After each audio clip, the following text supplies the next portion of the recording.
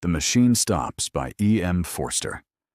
First published in the Oxford and Cambridge Review, November 1909. The airship. Imagine, if you can, a small room, hexagonal in shape, like the cell of a bee. It is lighted neither by window nor by lamp, yet it is filled with a soft radiance. There are no apertures for ventilation, yet the air is fresh. There are no musical instruments, and yet, at the moment that my meditation opens, this room is throbbing with melodious sounds. An armchair is in the center. By its side, a reading desk. That is all the furniture. And in the armchair, there sits a swaddled lump of flesh. A woman, about 5 feet high, with a face as white as a fungus. It is to her that the little room belongs. An electric bell rang. The woman touched a switch, and the music was silent. I suppose I must see who it is, she thought, and set her chair in motion. The chair, like the music, was worked by machinery, and it rolled her to the other side of the room, where the bell still rang importunately. "Who is it?" she called. Her voice was irritable, for she had been interrupted often since the music began. She knew several thousand people. In certain directions, human intercourse had advanced enormously. But when she listened into the receiver, her white face wrinkled into smiles, and she said, "Very well. Let us talk. I will isolate myself. I do not expect anything important will happen for the next 5 minutes. For I can give you fully 5 minutes, Kuno. Then I must deliver my lecture on music during the Australian period." She touched the isolation knob so that no one else could speak to her. Then she touched the lighting apparatus, and the little room was plunged into darkness.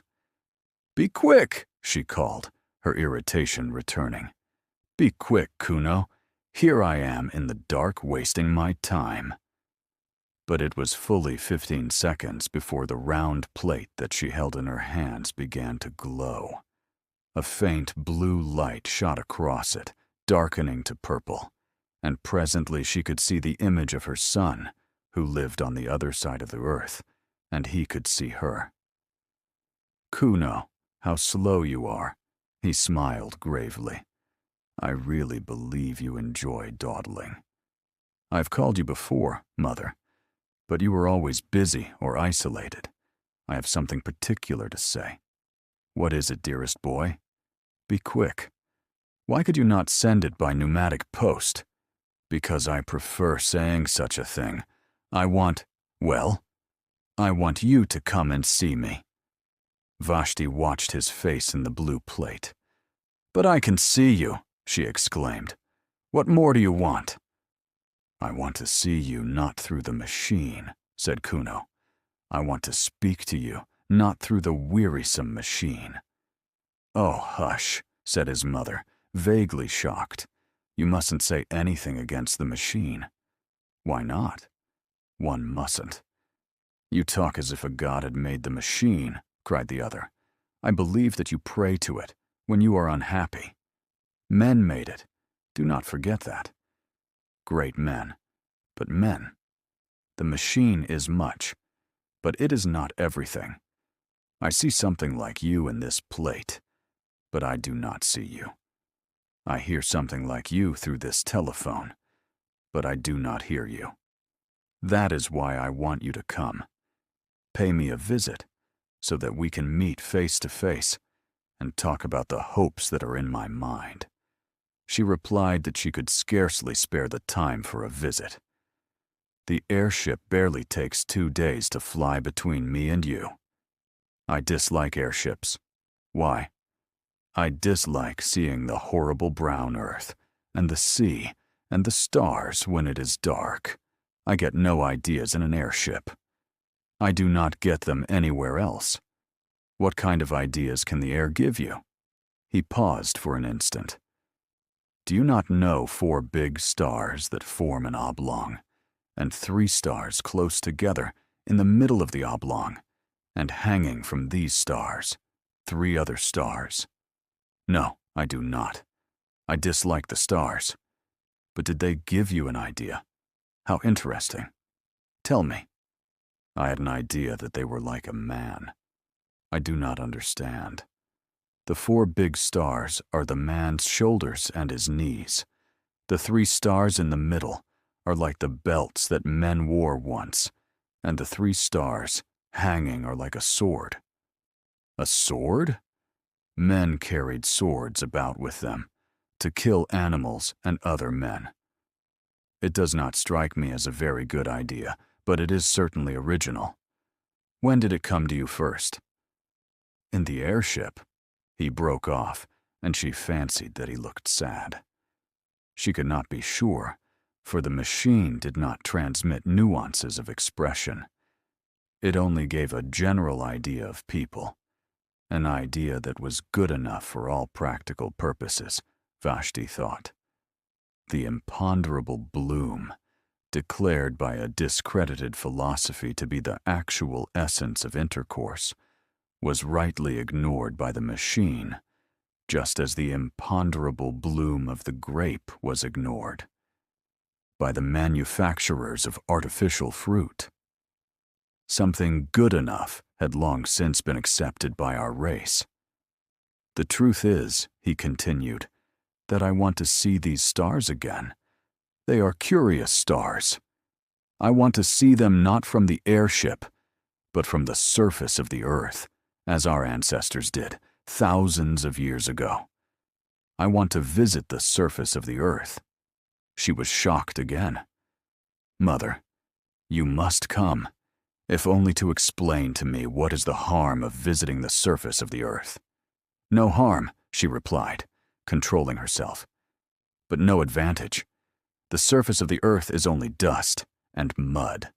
No advantage. The surface of the earth is only dust and mud. No life remains on it, and you would need a respirator, or the cold of the outer air would kill you. One dies immediately in the outer air. I know. Of course I shall take all precautions. And besides, well? She considered and chose her words with care. Her son had a queer temper, and she wished to dissuade him from the expedition. It is contrary to the spirit of the voyage, she asserted. Do you mean by that, contrary to the machine? In a sense, but his image is the blue plate faded. Kuno. He had isolated himself. For a moment, Vashti felt lonely. Then she generated the light, and the sight of her room, flooded with radiance and studded with electric buttons, revived her. There were buttons and switches everywhere. Buttons to call for food, for music, for clothing. There was the hot bath button, by pressure of which a basin of imitation marble rose out of the floor, filled to the brim with a warm deodorized liquid. There was the cold bath button. There was the button that produced literature. And there were, of course, the buttons by which she communicated with her friends. The room, though it contained nothing, was in touch with all that she cared for in the world. Vashti's next move was to turn off the isolation switch, and all the accumulations of the last 3 minutes burst upon her. The room was filled with the noise of bells and speaking tubes. What was the new food like? Could she recommend it? Has she had any ideas lately? Might one tell her one's own ideas? Would she make an engagement to visit the public nurseries at an early date? Say this day month. To most of these questions she replied with irritation, a growing quality in that accelerated age. She said that the new food was horrible, that she could not visit the public nurseries through press of engagements, that she had no ideas of her own, but had just been told one, that 4 stars and 3 in the middle were like a man. She doubted there was much in it. Then she switched off her correspondence, for it was time to deliver her lecture on Australian music, The clumsy system of public gatherings had been long since abandoned. Neither Vashti nor her audience stirred from their rooms. Seated in her armchair, she spoke, while they in their armchairs heard her, fairly well, and saw her, fairly well. She opened with a humorous account of music in the pre-Mongolian epoch, and went on to describe the great outburst of song that followed the Chinese conquest. Remote and primeval, as were the methods of Isan So and the Brisbane School, she yet felt, she said, that study of them might repay the musicians of today. They had freshness. They had, above all, ideas. Her lecture, which lasted 10 minutes, was well received, and at its conclusion she and many of her audience listened to a lecture on the sea. There were ideas to be got from the sea. The speaker had donned a respirator and visited it lately. Then she fed, talked to many friends, had a bath, talked again, and summoned her bed. The bed was not to her liking. It was too large, and she had a feeling for a small bed. Complaint was useless, for beds were of the same dimension all over the world, and to have had an alternative size would have involved vast alterations in the machine. Vashti isolated herself. It was necessary, for neither day nor night existed under the ground, and reviewed all that had happened since she had summoned the bed last. Ideas? Scarcely any. Events? Was Kuno's invitation an event? By her side, on the little reading desk, was a survival from the ages of litter. One book. This was the book of the machine. In it were instructions against every possible contingency. If she was hot or cold or dyspeptic, or at a loss for a word, she went to the book, and it told her which button to press. The Central Committee published it. In accordance with a growing habit, it was richly bound. Sitting up in the bed, she took it reverently in her hands. She glanced round the glowing room as if someone might be watching her. Then, half ashamed, half joyful, she murmured, "Oh, machine, oh, machine," and raised the volume to her. Lips. Thrice she kissed it, thrice inclined her head, thrice she felt the delirium of acquiescence. Her ritual performed, she turned to page 1367, which gave the times of the departure of the airships from the island in the southern hemisphere, under whose soil she lived, to the island in the northern hemisphere, whereunder lived her son. She thought, I haven't the time. She made the room dark and slept. She awoke and made the room light. She ate and exchanged ideas with her friends, and listened to music and attended lectures. She made the room dark and slept. Above her, beneath her, and around her, the machine hummed eternally. She did not notice the noise, for she had been born with it in her ears. The earth, carrying her, hummed as it sped through silence, turning her now to the invisible sun, now to the invisible stars. She awoke and made the room light. "Kuno." "I will not talk to you," he answered, "until you come." "Have you been on the surface of the earth since we spoke last?" His image faded. Again she consulted the book. She became very nervous, and lay back in her chair palpitating. Think of her as without teeth or hair. Presently she directed the chair to the wall and pressed an unfamiliar button. The wall swung apart slowly. Through the opening she saw a tunnel that curved slightly, so that its goal was not visible. Should she go to see her son, here was the beginning of the journey. Of course she knew all about the communication system. There was nothing mysterious in it. She would summon a car, and it would fly with her down the tunnel until it reached the lift that communicated with the airship station. The system had been in use for many, many years, long before the universal establishment of the machine. And of course she had studied the civilization that had immediately preceded her own, the civilization that had mistaken the functions of the system and had used it for bringing people to things, instead of for bringing things to people. Those funny old days, when men went for change of air instead of changing the air in their rooms. And yet, she was frightened of the tunnel. She had not seen it since her last child was born. It curved, but not quite as she remembered. It was brilliant, but not quite as brilliant as a lecturer had suggested. Vashti was seized with the terrors of direct experience. She shrank back into the room, and the wall closed up again. "Kuno," she said, "I cannot come to see you. I am not well."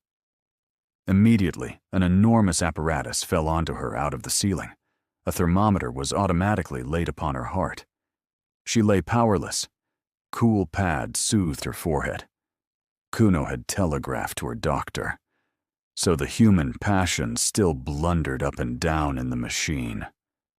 Vashti drank the medicine that the doctor projected into her mouth, and the machinery retired into the ceiling. The voice of Kuno was heard asking how she felt. Better. Then with irritation. "But why do you not come to me instead?" "Because I cannot leave this place."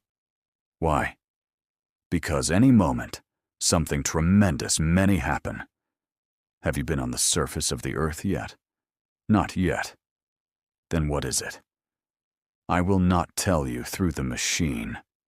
She resumed her life, but she thought of Kuno as a baby, his birth, his removal to the public nurseries, her own visit to him there, his visits to her, visits which stopped when the machine had assigned him a room on the other side of the earth. "Parents, duties of," said the book of the machine, "cease at the moment of birth. P. 4, 2, 2, 3, 2, 7, 4, 8, 3. True, but there was something special about Kuno. Indeed, there had been something special about all her children. And after all, she must brave the journey if he desired it. And something tremendous might happen. What did that mean? The nonsense of a youthful man, no doubt, but she must go. Again she pressed the unfamiliar button. Again the wall swung back, and she saw the tunnel that curves out of sight. Clasping the book, she rose, tottered onto the platform, and summoned the car. Her room closed behind her. The journey to the northern hemisphere had begun. Of course, it was perfectly easy. The car approached, and in it, she found armchairs exactly like her own. When she signaled, it stopped, and she tottered into the lift. One other passenger was in the lift, the first fellow creature she had seen face to face for months. Few traveled in these days, for, thanks to the advance of science, the earth was exactly alike all over. Rapid intercourse, from which the previous civilization had hoped so much, had ended by defeating itself. What was the good of going to Pekin when it was just like Shrewsbury? Why return to Shrewsbury when it would all be like Pekin? Men seldom moved their bodies. All unrest was concentrated in the soul. The airship service was a relic from the former age. It was kept up because it was easier to keep it up than to stop it or to diminish it, but it now far exceeded the wants of the population. Vessel after vessel would rise from the vomitories of Rye or of Christchurch, I use the antique names, would sail into the crowded sky, and would draw up at the wharves of the south. Empty. So nicely adjusted was the system, so independent of meteorology, that the sky, whether calm or cloudy, resembled a vast kaleidoscope, whereon the same patterns periodically recurred.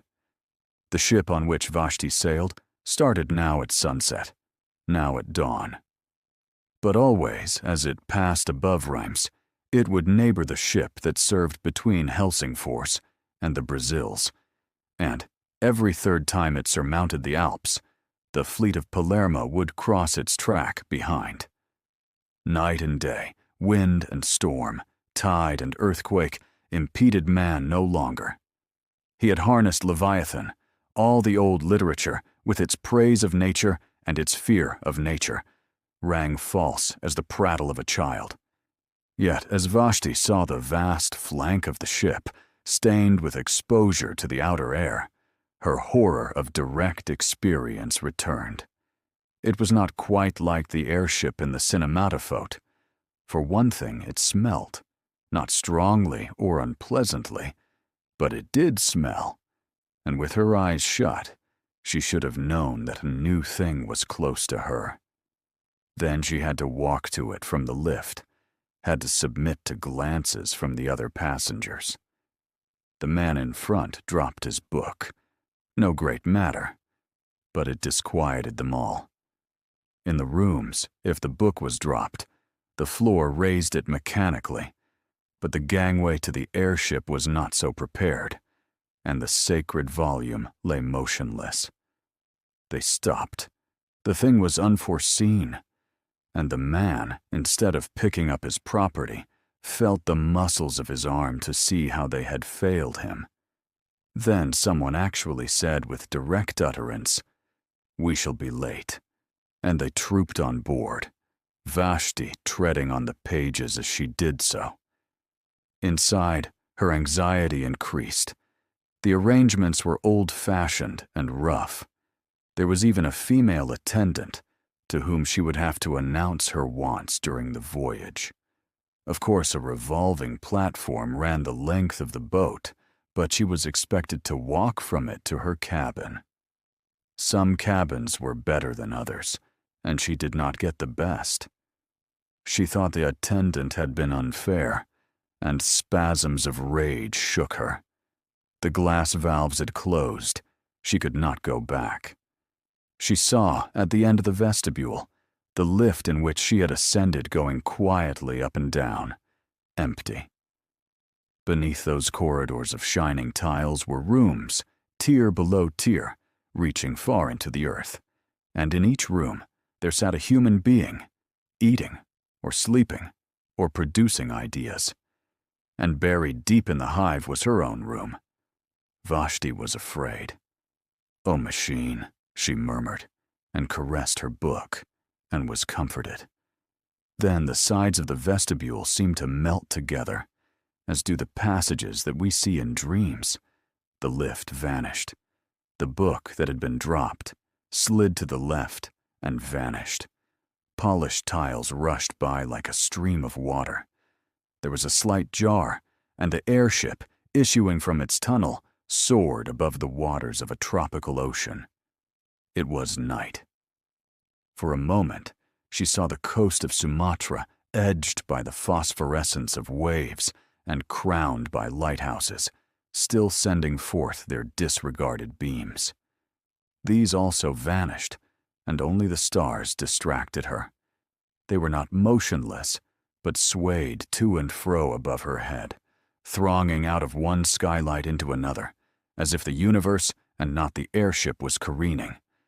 And, as often happens on clear nights, they seemed now to be in perspective, now on a plane, now piled tier beyond tier into the infinite heavens, now concealing infinity, a roof limiting forever the visions of men. In either case, they seemed intolerable. "Are we to travel in the dark?" called the passengers angrily, and the attendant, who had been careless, generated the light and pulled down the blinds of pliable metal. When the airships had been built, the desire to look direct at things still lingered in the world. Hence the extraordinary number of skylights and windows, and the proportionate discomfort to those who were civilized and refined. Even in Vashti's cabin, one star peeped through a flaw in the blind, and after a few hours' uneasy slumber, she was disturbed by an unfamiliar glow, which was the dawn. Quick as the ship had sped westwards, The earth had rolled eastwards quicker still, and had dragged back Vashti and her companions towards the sun. Science could prolong the night, but only for a little, and those high hopes of neutralizing the Earth's diurnal revolution had passed, together with hopes that were possibly higher. To keep pace with the sun, or even to outstrip it, had been the aim of the civilization preceding this. Racing aeroplanes had been built for the purpose, capable of enormous speed, and steered by the greatest intellects of the epoch. Round the globe they went, round and round, westward, westward, round and round, amidst humanity's applause. In vain. The globe went eastward quicker still, horrible accidents occurred, and the committee of the machine, at the time rising into prominence, declared the pursuit illegal, unmechanical, and punishable by homelessness. Of homelessness, more will be said later. Doubtless the committee was right. Yet the attempt to defeat the sun aroused the last common interest that our race experienced about the heavenly bodies, or indeed about anything. It was the last time that men were compacted by thinking of a power outside the world.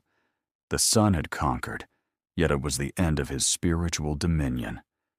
Dawn, midday, twilight, the zodiacal path, touched neither men's lives nor their hearts, and science retreated into the ground to concentrate herself upon problems that she was certain of solving. So when Vashti found our cabin invaded by a rosy finger of light, she was annoyed and tried to adjust the blind. But the blind flew up altogether, and she saw through the skylight small pink clouds swaying against a background of blue. And as the sun crept higher, its radiance entered direct, brimming down the wall like a golden sea. It rose and fell with the airship's motion, just as waves rise and fall, but it advanced steadily, as a tide advances.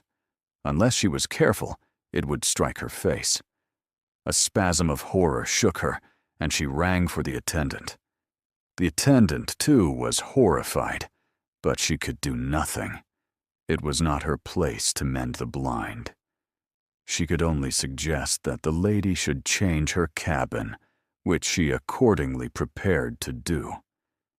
People were almost exactly alike all over the world, but the attendant of the airship, perhaps owing to her exceptional duties, had grown a little out of the common.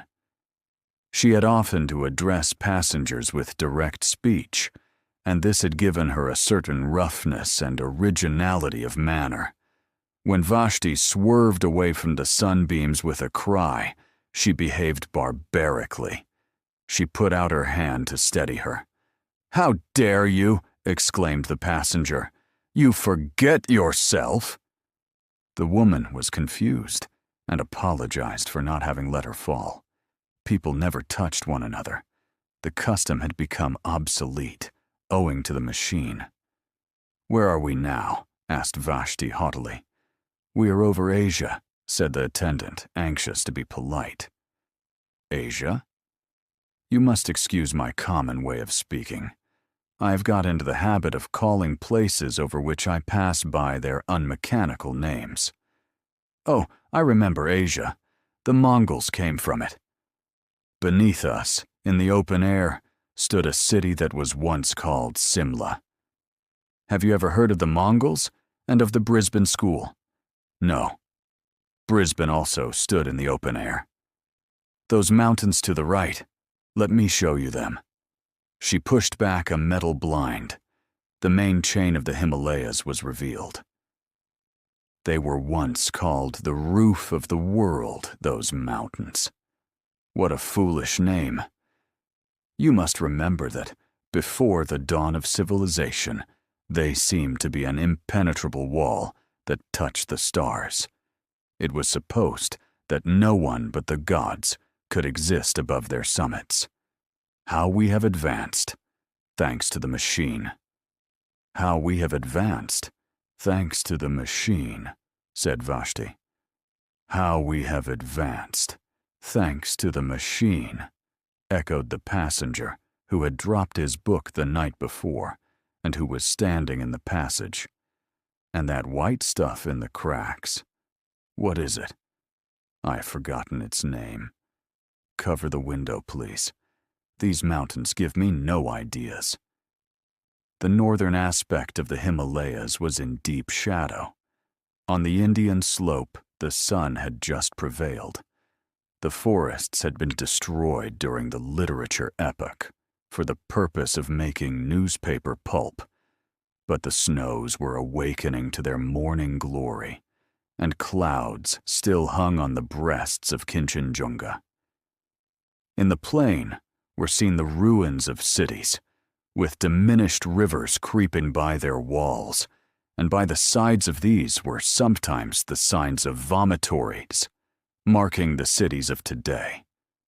Over the whole prospect, airships rushed, crossing the intercrossing with incredible aplomb, and rising nonchalantly when they desired to escape the perturbations of the lower atmosphere and to traverse the roof of the world.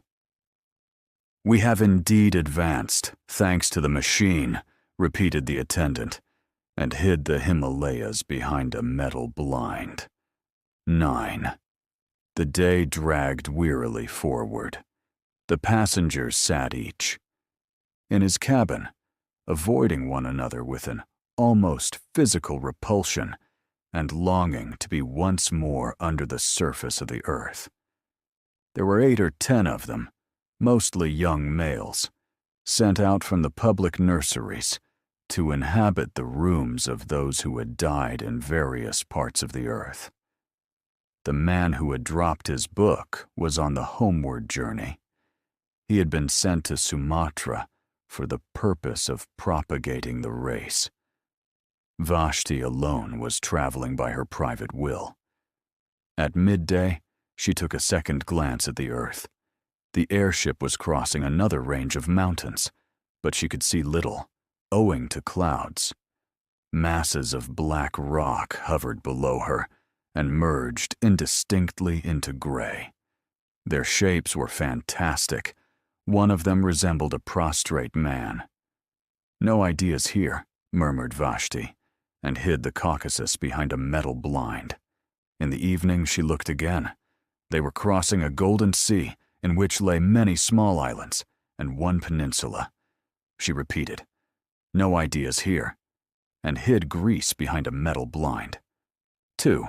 The mending apparatus, by a vestibule, by a lift, by a tubular railway, by a platform, by a sliding door. By reversing all the steps of her departure did Vashti arrive at her son's room, which exactly resembled her own. She might well declare that the visit was superfluous. The buttons, the knobs, the reading desk with the book, the temperature, the atmosphere, the illumination, all were exactly the same. And if Kuno himself, flesh of her flesh, stood close beside her at last, what profit was there in that? She was too well bred to shake him by the hand. Averting her eyes, she spoke as follows. Here I am. I have had the most terrible journey, and greatly retarded the development of my soul. It is not worth it, Kuno. It is not worth it. My time is too precious. The sunlight almost touched me, and I have met with the rudest people. I can only stop a few minutes. Say what you want to say, and then I must return. I've been threatened with homelessness, said Kuno. She looked at him now. I have been threatened with homelessness, and I could not tell you such a thing through the machine. Homelessness means death. The victim is exposed to the air, which kills him. I have been outside since I spoke to you last. The tremendous thing has happened, and they have discovered me. But why shouldn't you go outside? She exclaimed.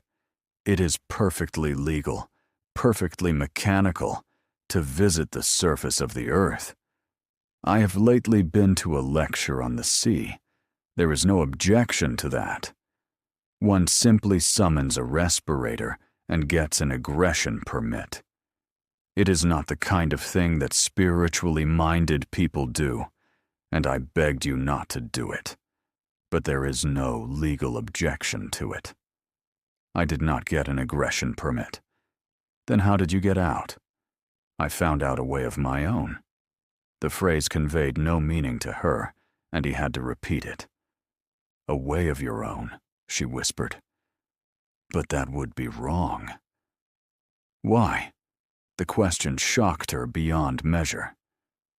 You are beginning to worship the machine, he said coldly. You think it irreligious of me to have found out a way of my own. It was just what the committee thought when they threatened me with homelessness. At this, she grew angry. I worship nothing, she cried. I am most advanced. I don't think you irreligious, for there is no such thing as religion left. All the fear and the superstition that existed once have been destroyed by the machine. I only meant that to find out a way of your own was. Besides, there is no new way out. So it is always supposed. Except through the vomitories, for which one must have an aggression permit, it is impossible to get out. The book says so. Well, the book's wrong, for I have been out on my feet. For Kuno was possessed of a certain physical strength. By these days, it was a demerit to be muscular. Each infant was examined at birth, and all who promised undue strength were destroyed. Humanitarians may protest, but it would have been no true kindness to let an athlete live. He would never have been happy in that state of life to which the machine had called him. He would have yearned for trees to climb, rivers to bathe in, meadows and hills against which he might measure his body. Man must be adapted to his surroundings, must he not? In the dawn of the world, our weekly must be exposed on Mount Taygetus. In its twilight, our strong will suffer euthanasia, that the machine may progress, that the machine may progress, that the machine may progress eternally. You know that we have lost the sense of space. We say space is annihilated, but we have annihilated not space, but the sense thereof. We have lost a part of ourselves. I determined to recover it, and I began by walking up and down the platform of the railway outside my room, up and down until I was tired, and so did recapture the meaning of near and far. Near is a place to which I can get quickly on my feet, not a place to which the train or the airship will take me quickly. Far is a place to which I cannot get quickly on my feet. The vomitory is far, though I could be there in 38 seconds by summoning the train. Man is the measure. That was my first lesson. Man's feet are the measure for distance. His hands are the measure for ownership. His body is the measure for all that is lovable and desirable and strong. Then I went further. It was then that I called to you for the first time, and you would not come.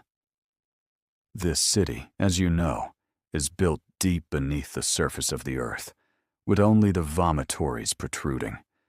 Having paced the platform outside my own room, I took the lift to the next platform and paced that also, and so with each in turn, until I came to the topmost, above which begins the earth.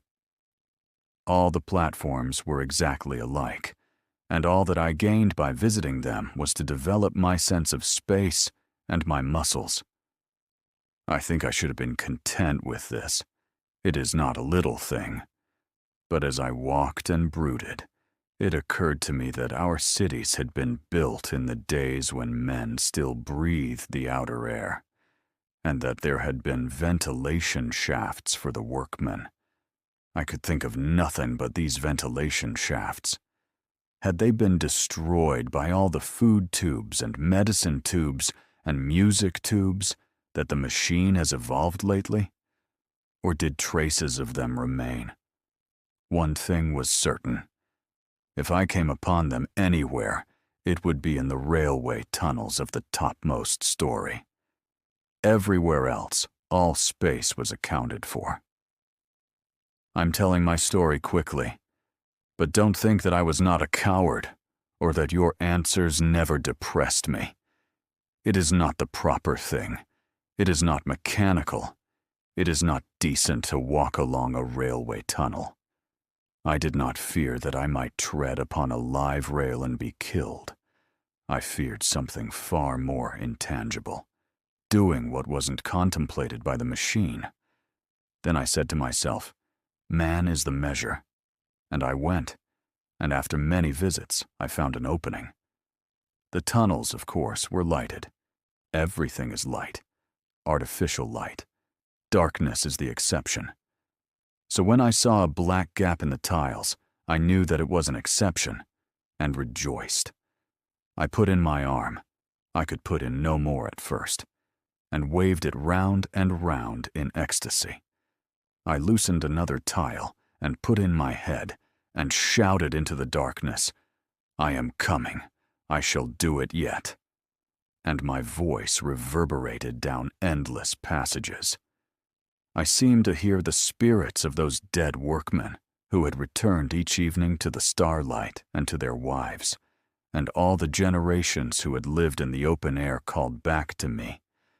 You will do it yet. You are coming. He paused, and, absurd as he was, his last words moved her. For Kuno had lately asked to be a father, and his request had been refused by the committee. His was not a type that the machine desired to hand on. Then a train passed. It brushed by me, but I thrust my head and arms into the hole. I had done enough for one day, so I crawled back to the platform, went down in the lift, and summoned my bed. Ah, what dreams! And again I called you, and again you refused. She shook her head and said, Don't talk of these terrible things. You make me miserable. You are throwing civilization away. But I had got back the sense of space, and a man cannot rest then. I determined to get in at the hole and climb the shaft, and so I exercised my arms. Day after day I went through ridiculous movements until my flesh ached, and I could hang by my hands and hold the pillow of my bed outstretched for many minutes. Then I summoned a respirator and started. It was easy at first. The mortar had somehow rotted, and I soon pushed some more tiles in and clambered after them into the darkness, and the spirits of the dead comforted me. I don't know what I mean by that. I just say what I felt. I felt, for the first time, that a protest had been lodged against corruption, and that even as the dead were comforting me, so I was comforting the unborn. I felt that humanity existed, and that it existed without clothes. How can I possibly explain this? It was naked. Humanity seemed naked, and all these tubes and buttons and machineries neither came into the world with us, nor will they follow us out, nor do they matter supremely while we are here. Had I been strong, I would have torn off every garment I had and gone out into the outer air unswaddled. But this is not for me, nor perhaps for my generation. I climbed with my respirator and my hygienic clothes and my dietetic tabloids. Better thus than not at all. There was a ladder, made of some primeval metal. The light from the railway fell upon its lowest rungs, and I saw that it led straight upwards, out of the rubble at the bottom of the shaft. Perhaps our ancestors ran up and down it 12 times daily in their building. As I climbed, the rough edges cut through my gloves so that my hands bled. The light helped me for a little, and then came darkness, and, worse still, silence which pierced my ears like a sword. The machine hums. Did you know that? Its hum penetrates our blood, may even guide our thoughts. Who knows? I was getting beyond its power. Then I thought, this silence means that I am doing wrong. But I heard voices in the silence, and again they strengthened me. He laughed. I had need of them. The next moment I cracked my head against something. She sighed. I had reached one of those pneumatic stoppers that defend us from the outer air. You may have noticed them on the airship. Pitch dark, my feet on the rungs of an invisible ladder, my hands cut. I cannot explain how I lived through this part, but the voices still comforted me, and I felt for fastenings. The stopper, I suppose, was about 8 feet across. I passed my hand over it as far as I could reach. It was perfectly smooth. I felt it almost to the center. Not quite to the center, for my arm was too short. Then the voice said, "Jump. It is worth it. There may be a handle in the center, and you may catch hold of it, and so come to us your own way. And if there is no handle, so that you may fall and are dashed to pieces, it is still worth it. You will still come to us your own way." So I jumped. There was a handle, and he paused. Tears gathered in his mother's eyes. She knew that he was fated. If he did not die today, he would die tomorrow. There was not room for such a person in the world, and with her, pity-disgust mingled. She was ashamed at having borne such a son, she who had always been so respectable and so full of ideas. Was he really the little boy to whom she had taught the use of his stops and buttons, and to whom she had given his first lessons in the book? The very hair that disfigured his lip showed that he was reverting to some savage type. On atavism, the machine can have no mercy. There was a handle, and I did catch it. I hung tranced over the darkness and heard the hum of these workings as the last whisper in a dying dream. All the things I had cared about, and all the people I had spoken to through tubes, appeared infinitely little. Meanwhile, the handle revolved. My weight had set something in motion, and I span slowly. And then, I cannot describe it. I was lying with my face to the sunshine. Blood poured from my nose and ears, and I heard a tremendous roaring. The stopper, with me clinging to it, had simply been blown out of the earth, and the air that we make down here was escaping through the vent into the air above. It burst up like a fountain. I crawled back to it, for the upper air hurts, and as it were, I took great sips from the edge. My respirator had flown goodness knows where. My clothes were torn. I just lay with my lips close to the hole, and I sipped until the bleeding stopped. You can imagine nothing so curious. This hollow in the grass, I will speak of it in a minute. The sun shining into it, not brilliantly, but through marbled clouds. The peace, the nonchalance, the sense of space and brushing my cheek, the roaring fountain of our artificial air. Soon I spied my respirator, bobbing up and down in the current high above my head, and higher still were many airships. But no one ever looks out of airships, and in any case they could not have picked me up. There I was, stranded. The sun shone a little way down the shaft and revealed the topmost rung of the ladder, but it was hopeless trying to reach it. I should either have been tossed up again by the escape or else have fallen in and died. I could only lie on the grass, sipping and sipping, and from time to time glancing around me. I knew that I was in Wessex, for I had taken care to go to a lecture on the subject before starting. Wessex lies above the room in which we are talking now. It was once an important state. Its kings held all the southern coast from the Andreds's Wold to Cornwall, while the Wansdyke protected them on the north, running over the high ground. The lecturer was only concerned with the rise of Wessex, so I do not know how long it remained an international power, nor would the knowledge have assisted me. To tell the truth, I could do nothing but laugh during this part. There was I, with a pneumatic stopper by my side and a respirator bobbing over my head, imprisoned, all three of us, in a grass-grown hollow that was edged with fern. Then he grew grave again. Lucky for me that it was a hollow, for the air began to fall back into it and to fill it as water fills a bowl. I could crawl about.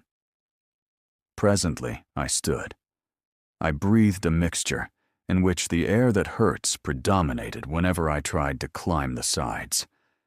This was not so bad. I had not lost my tabloids and remained ridiculously cheerful. And as for the machine, I forgot about it altogether. My one aim now was to get to the top, where the ferns were, and to view whatever objects lay beyond. I rushed the slope. The new air was still too bitter for me, and I came rolling back, after a momentary vision of something gray. The sun grew very feeble, and I remembered that he was in Scorpio. I had been to a lecture on that, too. If the sun is in Scorpio, and you are in Wessex, it means that you must be as quick as you can, or it will get too dark. This is the first bit of useful information I have ever got from a lecture, and I expect it will be the last. It made me try frantically to breathe the new air, and to advance as far as I dared out of my pond. The hollow filled so slowly. At times, I thought that the fountain played with less vigor. My respirator seemed to dance nearer the earth. The roar was decreasing. He broke off. I don't think this is interesting you. The rest will interest you even less. There are no ideas in it, and I wish that I had not troubled you to come. We are too different, Mother. She told him to continue. It was evening before I climbed the bank. The sun had very nearly slipped out of the sky by this time, and I could not get a good view. You, who have just crossed the roof of the world, will not want to hear an account of the little hills that I saw. Low, colorless hills. But to me, they were living, and the turf that covered them was a skin, under which their muscles rippled, and I felt that those hills had called with incalculable force to men in the past, and that men had loved them. Now they sleep, perhaps forever. They commune with humanity in dreams. Happy the man, happy the woman, who awakes the hills of Wessex. For though they sleep, they will never die. His voice rose passionately. Cannot you see, cannot all you lecturers see, that it is we that are dying, and that down here, the only thing that really lives is the machine? We created the machine to do our will, but we cannot make it do our will now. It has robbed us of the sense of space and of the sense of touch. It has blurred every human relation and narrowed down love to a carnal act. It has paralyzed our bodies and our wills, and now it compels us to worship it. The machine develops, but not on our lines. The machine proceeds, but not to our goal. We only exist as the blood corpuscles that course through its arteries, and if it could work without us, it would let us die. Oh, I have no remedy, or, at least, only one: to tell men again and again that I have seen the hills of Wessex, as Elfred saw them when he overthrew the Danes. So the sun set. I forgot to mention that a belt of mist lay between my hill and other hills, and that it was the color of pearl. He broke off for the second time. "Go on," said his mother wearily. He shook his head. "Go on. Nothing that you say can distress me now. I am hardened. I had meant to tell you to rest, but I cannot. I know that I cannot. Goodbye." Vashti stood irresolute. All her nerves were tingling with his blasphemies. But she was also inquisitive. "This is unfair," she complained. "You have called me across the world to hear your story, and hear it I will. Tell me, as briefly as possible, for this is a disastrous waste of time. Tell me how you returned to civilization." "Oh, that," he said, starting. "You would like to hear about civilization?" "Certainly. Had I got to where my respirator fell down?" "No, but I understand everything now. You put on your respirator and managed to walk along the surface of the earth to a vomitory, and there your conduct was reported to the Central Committee." "By no means." He passed his hand over his forehead, as if dispelling some strong impression. Then, resuming his narrative, he warmed to it again. "My respirator fell about sunset. I had mentioned that the fountain seemed feebler, had I not?" "Yes." "About sunset, it let the respirator fall. As I said, I had entirely forgotten about the machine, and I paid no great attention at the time, being occupied with other things. I had my pool of air, into which I could dip when the outer keenness became intolerable, and which would possibly remain for days, provided that no wind sprang up to disperse it. Not until it was too late did I realize what the stoppage of the escape implied. You see, the gap in the tunnel had been mended. The mending apparatus was after me. One other warning I had, but I neglected it. The sky at night was clearer than it had been in a day, and a moon, which was about half the sky behind the sun, shone into the dell at moments quite brightly. I was in my usual place, on the boundary between the two atmospheres, when I thought I saw something dark move across the bottom of the dell and vanish into the shaft. In my folly, I ran down. I bent over and listened, and I thought I heard a faint scraping noise in the depths. At this, but it was too late. I took alarm. I determined to put on my respirator and to walk right out of the dell. But my respirator had gone. I knew exactly where it had fallen, between the stopper and the aperture. And I could even feel the mark that it had made in the turf. It had gone, and I realized that something evil was at work, and I had better escape to the other air, and, if I must die running towards the cloud that had been the color of a pearl. I never started. Out of the shaft, it is too horrible. A worm, a long white worm, had crawled out of the shaft and was gliding over the moonlit grass. I screamed. I did everything that I should not have done. I stamped upon the creature instead of flying from it, and it at once curled round the ankle. Then we fought. The worm let me run all over the dell, but edged up my leg as I ran. "Help!" I cried. That part is too awful. It belongs to the part that you will never know. "Help!" I cried. Why cannot we suffer in silence? "Help!" I cried. Then my feet were wound together. I fell. I was dragged away from the deer ferns and the living hills, and past the great metal stopper. I can tell you this part. And I thought it might save me again if I caught hold of the handle. It also was enwrapped. It also. Oh, the whole dell was full of the things. They were searching it in all directions. They were denuding it.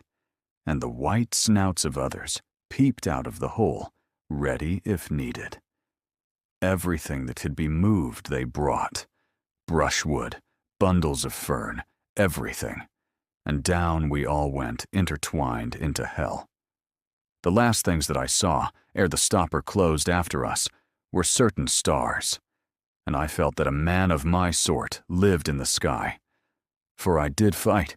I fought till the very end, and it was only my head hitting against the ladder that quieted me. I woke up in this room. The worms had vanished. I was surrounded by artificial air, artificial light, artificial peace, and my friends were calling to me down speaking tubes to know whether I had come across any new ideas lately. Here his story ended. Discussion of it was impossible, and Vashti turned to go. "It will end in homelessness," she said quietly. "I wish it would," retorted Kuno. "The machine has been most merciful. I prefer the mercy of God." By that superstitious phrase, do you mean that you could live in the outer air? Yes. Have you ever seen, round the vomitories, the bones of those who were extruded after the Great Rebellion? Yes. They were left where they perished for our edification. A few crawled away, but they perished too. Who can doubt it? And so with the homeless of our own day, the surface of the earth supports life no longer. Indeed, ferns and a little grass may survive, but all higher forms have perished. Has any airship detected them? No. Has any lecturer dealt with them? No. Then why this obstinacy? Because I have seen them, he exploded. Seen what? Because I have seen her in the twilight. Because she came to my help when I called. Because she, too, was entangled by the worms, and luckier than I, was killed by one of them piercing her throat. He was mad. Vashti departed, nor, in the troubles that followed, did she ever see his face again. For the homeless. During the years that followed Kuno's escapade, 2 important developments took place in the machine. On the surface, they were revolutionary, but in either case, men's minds had been prepared beforehand, and they did but express tendencies that were latent already. The first of these was the abolition of respirators. Advanced thinkers, like Vashti, had always held it foolish to visit the surface of the earth. Airships might be necessary, but what was the good of going out for mere curiosity and crawling along for a mile or two in a terrestrial motor? The habit was vulgar and perhaps faintly improper. It was unproductive of ideas and had no connection with the habits that really mattered. So respirators were abolished, and with them, of course, the terrestrial motors. And except for a few lecturers who complained that they were debarred access to their subject matter, the development was accepted quietly. Those who still wanted to know what the earth was like had, after all, only to listen to some gramophone or to look into some cinematophote. And even the lecturers acquiesced when they found that a lecture on the sea was none the less stimulating when compiled out of other lectures that had already been delivered on the same subject. "Beware of first-hand ideas," exclaimed one of the most advanced of them. "First-hand ideas do not really exist. They are but the physical impressions produced by love and fear, and on this gross foundation, who could erect a philosophy? Let your ideas be second-hand, and if possible 10th-hand, for then they will be far removed from that disturbing element, direct observation. Do not learn anything about this subject of mine, the French Revolution. Learn instead what I think that Enicarmen thought, Urizen thought, Gutch thought, Ho Yung thought, Chi Bo Sing thought, Lafcadio, Hearn thought, Carlyle thought, Mirabeau said about the French Revolution. Through the medium of these 10 great minds, the blood that was shed at Paris and the windows that were broken at Versailles will be clarified to an idea which you may employ most profitably in your daily lives. But be sure that the intermediates are many and varied, for in history, one authority exists to counteract another. Urizen must counteract the skepticism of Ho Young and Enna Charman. I must myself counteract the impetuosity of Gutch. You who listen to me are in a better position to judge about the French Revolution than I am. Your descendants will be even in a better position than you, for they will learn what you think I think, and yet another intermediate will be added to the chain. And in time, his voice rose. There will come a generation that had got beyond facts, beyond impressions, a generation absolutely colorless, a generation seraphically free from taint of personality, which will see the French Revolution not as it happened, nor as they would like it to have happened, but as it would have happened had it taken place in the days of the machine. Tremendous applause greeted this lecture, which did but voice a feeling already latent in the minds of men, a feeling that terrestrial facts must be ignored, and that the abolition of respirators was a positive gain. It was even suggested that airships should be abolished too. This was not done, because airships had somehow worked themselves into the machine system, but year by year they were used less, and mentioned less by thoughtful men. The second great development was the re-establishment of religion. This too had been voiced in the celebrated lecture. No one could mistake the reverent tone in which the peroration had concluded, and it awakened a responsive echo in the heart of each. Those who had long worshipped silently now began to talk. They described the strange feeling of peace that came over them when they handled the book of the machine, the pleasure that it was to repeat certain numerals out of it, however little meaning those numerals conveyed to the outward ear, the ecstasy of touching a button, however unimportant, or of ringing an electric bell, however superfluously. "The machine," they exclaimed, "feeds us and clothes us and houses us. Through it we speak to one another. Through it we see one another. In it we have our being. The machine is the friend of ideas and the enemy of superstition. The machine is omnipotent, eternal. Blessed is the machine." And before long, this allocution was printed on the first page of the book, and in subsequent editions, the ritual swelled into a complicated system of praise and prayer. The word religion was sedulously avoided, and in theory the machine was still the creation and the implement of man. But in practice all, save a few retrogrades, worshipped it as divine. Nor was it worshipped in unity. One believer would be chiefly impressed by the blue optic plates, through which he saw other believers. Another by the mending apparatus, which sinful Kuno had compared to worms. Another by the lifts, another by the book. And each would pray to this or to that, and ask it to intercede for him with the machine as a whole. Persecution, that also was present.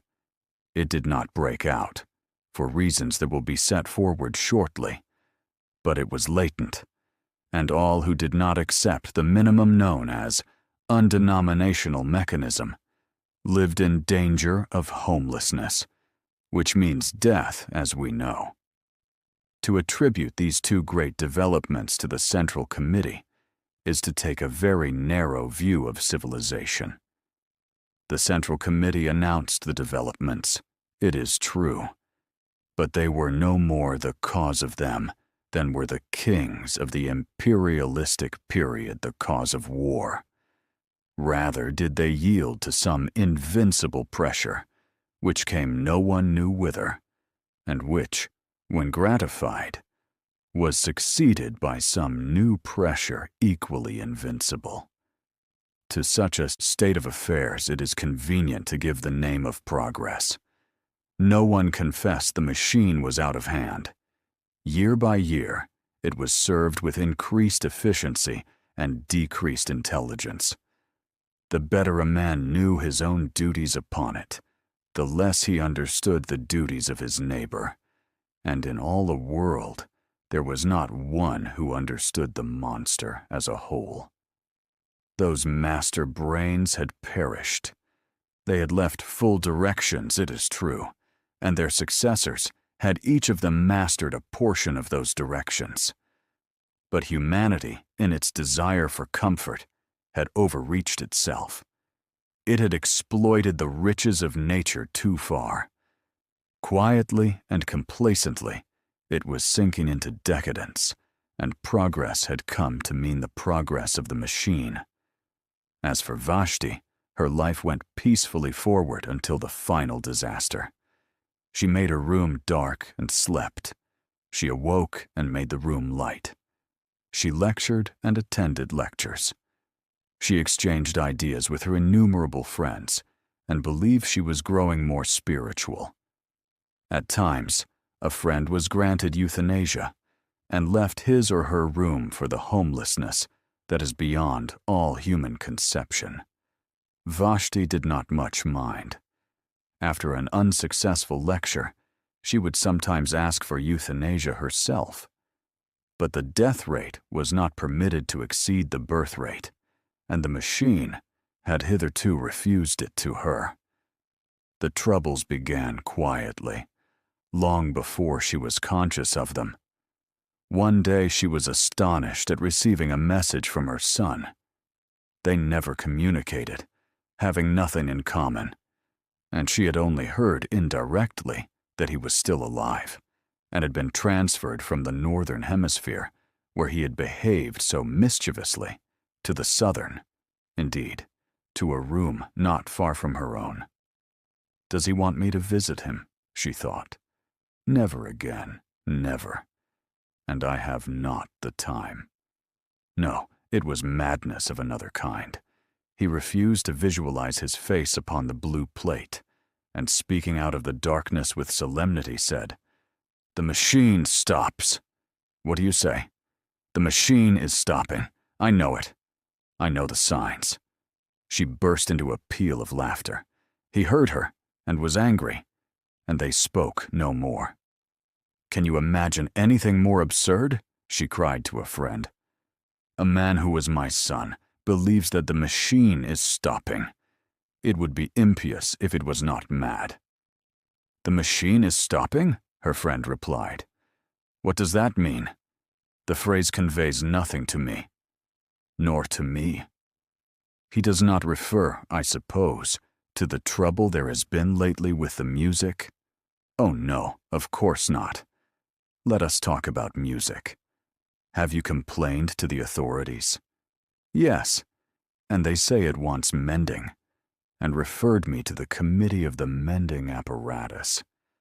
I complained of those curious gasping sighs that disfigure the symphonies of the Brisbane school. They sound like someone in pain. The committee of the mending apparatus say that it shall be remedied shortly." Obscurely worried, she resumed her life. For one thing, the defect in the music irritated her. For another thing, she could not forget Kuno's speech. If he had known that the music was out of repair, he could not know it, for he detested music. If he had known that it was wrong, "the machine stops," was exactly the venomous sort of remark he would have made. Of course he had made it at a venture, but the coincidence annoyed her, and she spoke with some petulance to the committee of the mending apparatus. They replied, as before, that the defect would be set right shortly. "Shortly? At once," she retorted. "Why should I be worried by imperfect music? Things are always put right at once. If you do not mend it at once, I shall complain to the Central Committee. No personal complaints are received by the Central Committee. The Committee of the Mending Apparatus replied. Through whom am I to make my complaint, then? Through us. I complain, then. Your complaint shall be forwarded in its turn. Have others complained? This question was unmechanical, and the Committee of the Mending Apparatus refused to answer it. It is too bad, she exclaimed to another of her friends. There never was such an unfortunate woman as myself. I can never be sure of my music now. It gets worse and worse each time I summon it. I too have my troubles, the friend replied. Sometimes my ideas are interrupted by a slight jarring noise. What is it? I do not know whether it is inside my head or inside the wall. Complain in either case. I have complained, and my complaint will be forwarded in its turn to the Central Committee. Time passed, and they resented the defects no longer. The defects had not been remedied, but the human tissues in that latter day had become so subservient that they readily adapted themselves to every caprice of the machine. The sigh at the crises of the Brisbane Symphony no longer irritated Vashti. She accepted it as part of the melody.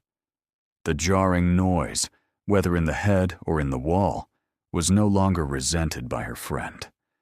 And so, with the moldy artificial fruit, so with the bath water that began to stink, so with the defective rhymes that the poetry machine had taken to emit, all were bitterly complained of at first, and then acquiesced in and forgotten. Things went from bad to worse unchallenged. It was otherwise with the failure of the sleeping apparatus. That was a more serious stoppage.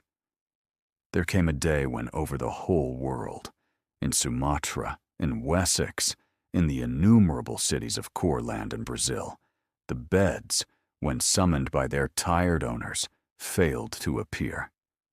It may seem a ludicrous matter, but from it we may date the collapse of humanity.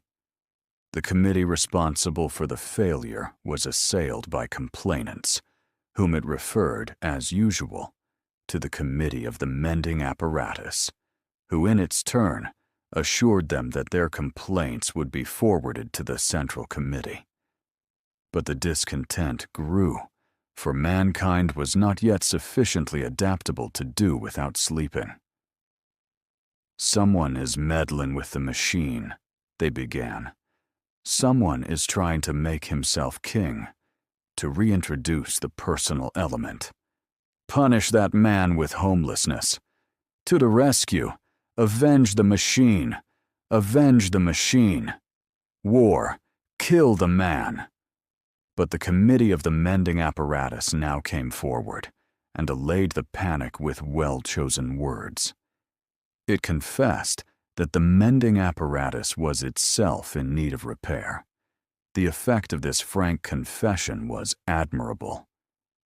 Of course, said a famous lecturer, he of the French Revolution, who gilded each new decay with splendor. Of course we shall not press our complaints now. The mending apparatus has treated us so well in the past that we all sympathize with it, and will wait patiently for its recovery. In its own good time, it will resume its duties. Meanwhile, let us do without our beds, our tabloids, our other little wants. Such, I feel sure, would be the wish of the machine. Thousands of miles away, his audience applauded. The machine still linked them. Under the seas, beneath the roots of the mountains, ran the wires through which they saw and heard, the enormous eyes and ears that were their heritage, and the hum of many workings clothed their thoughts in one garment of subserviency. Only the old and the sick remained ungrateful. for it was rumored that euthanasia, too, was out of order, and that pain had reappeared among men. It became difficult to read. A blight entered the atmosphere and dulled its luminosity. At times, Vashti could scarcely see across her room. The air, too, was foul. Loud were the complaints, impotent the remedies, heroic the tone of the lecturer as he cried, "Courage! Courage! What matter so long as the machine goes on? To it, the darkness and the light are one." And though things improved again after a time, the old brilliancy was never recaptured, and humanity never recovered from its entrance into twilight. There was an hysterical talk of measures, of provisional dictatorship, and the inhabitants of Sumatra were asked to familiarize themselves with the workings of the central power station, the said power station being situated in France. But for the most part, panic reigned, and men spent their strength praying to their books, tangible proofs of the machine's omnipotence. There were gradations of terror. At times came rumors of hope. The mending apparatus was almost mended. The enemies of the machine had been got under. New nerve centers were evolving, which would do the work even more magnificently than before. But there came a day when, without the slightest warning, without any previous hint of feebleness, the entire communication system broke down all over the world, and the world, as they understood it, ended. Vashti was lecturing at the time, and her earlier remarks had been punctuated with applause. As she proceeded, the audience became silent, and at the conclusion, there was no sound. Somewhat displeased, she called to a friend, who was a specialist in sympathy. No sound. Doubtless the friend was sleeping. And so with the next friend whom she tried to summon, and so with the next, until she remembered Kuno's cryptic remark, "The machine stops." The phrase still conveyed nothing. If eternity was stopping, it would of course be set going shortly. For example, there was still a little light and air. The atmosphere had improved a few hours previously.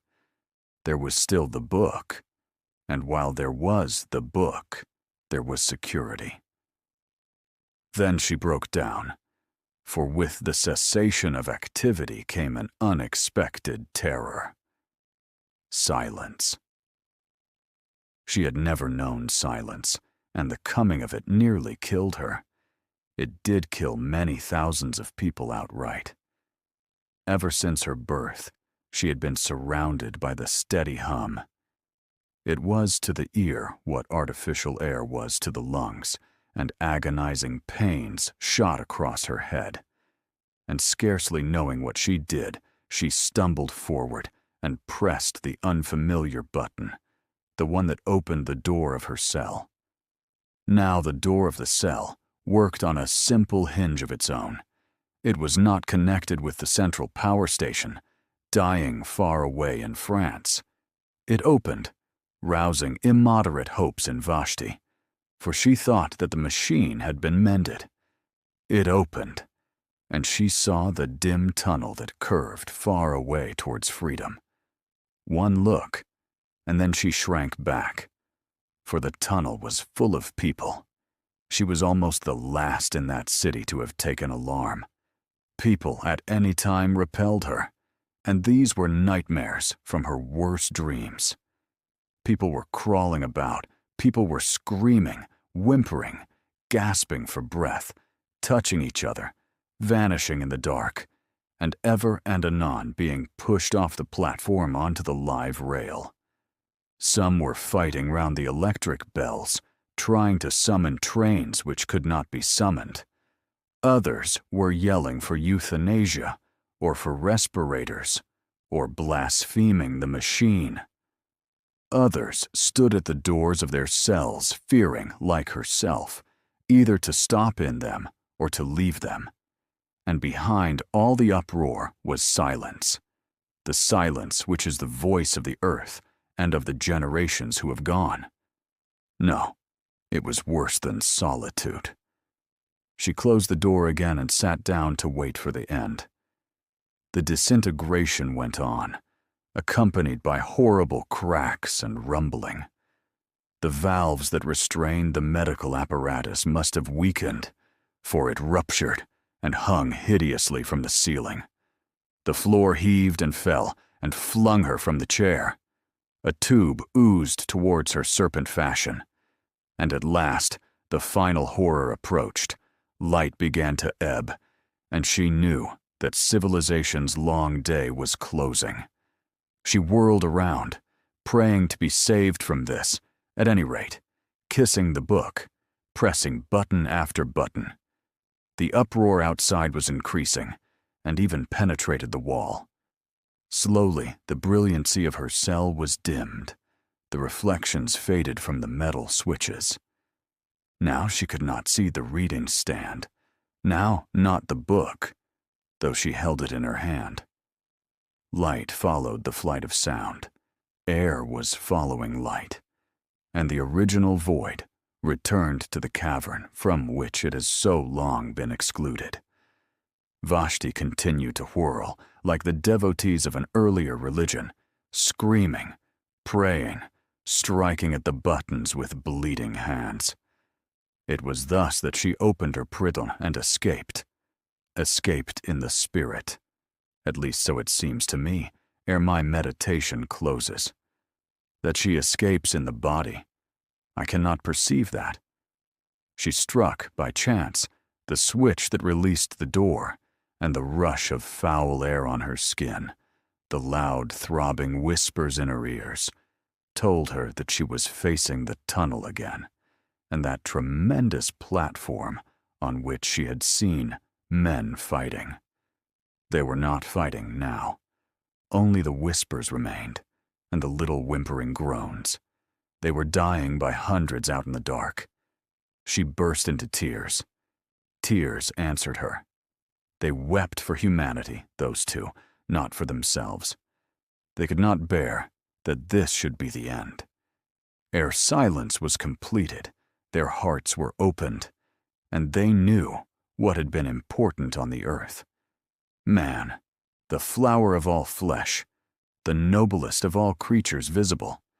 Man who had once made God in his image, and had mirrored his strength on the constellations, beautiful naked man was dying, strangled in the garments that he had woven.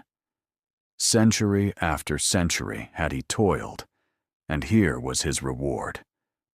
Truly the garment had seemed heavenly at first, shot with colors of culture, sewn with the threads of self-denial. And heavenly it had been so long as it was a garment, and no more. Man could shed it at will and live by the essence that is his soul, and the essence, equally divine, that is his body. The sin against the body, it was for that they wept in chief. The centuries of wrong against the muscles and the nerves, and those 5 portals by which we can alone apprehend, glozing it over with talk of evolution, until the body was white pap, the home of ideas as colorless, last sloshy stirrings of a spirit that had grasped the stars. "Where are you?" she sobbed. His voice in the darkness said, "Here. Is there any hope, Kuno? None for us. Where are you?" She crawled over the bodies of the dead. His blood spurted over her hands. "Quicker," he gasped. "I'm dying. But we touch. We talk. Not through the machine." He kissed her. "We have come back to our own. We die. But we have recaptured life, as it was in Wessex, when Elfred overthrew the Danes. We know what they know outside, they who dwelt in the cloud that is the color of a pearl. But Kuno, is it true? Are there still men on the surface of the earth? Is this tunnel, this poisoned darkness, really not the end?" He replied, "I have seen them, spoken to them, loved them. They are hiding in the mist and the ferns until our civilization stops. Today they are the homeless. Tomorrow. Oh, tomorrow. Some fool will start the machine again. Tomorrow. Never, said Kuno. Never. Humanity has learnt its lesson. As he spoke, the whole city was broken like a honeycomb. An airship had sailed in through the vomitory into a ruined wharf. It crashed downwards, exploding as it went, rending gallery after gallery with its wings of steel. For a moment they saw the nations of the dead, and before they joined them, scraps of the untainted sky.